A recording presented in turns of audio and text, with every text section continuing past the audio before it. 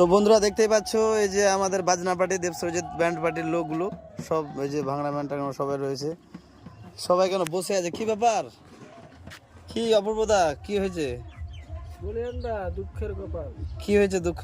ভাবছি band party ছাড়ে দেবো। কেন?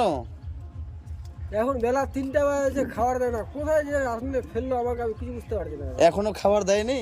3টা বাজে, সর্বনাশ। কেমন লাগছে ব্যান্ড পার্টি বাজিয়ে?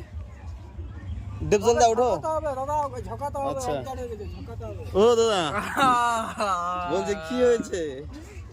আরে বলি ওরা দাদা, বাড়ি থেকে পন্থা খাই আসছিলাম, এখানে আছে পন্থার দম শেষ। 3টা বাজে গেছে, এখন খাবার পাচ্ছি না। খাবার পাচ্ছ না? সব তো নন্দ করছে আমাদের দেব মাস্টার। যাই হোক, নিন্দা করে লাভ নেই আমার।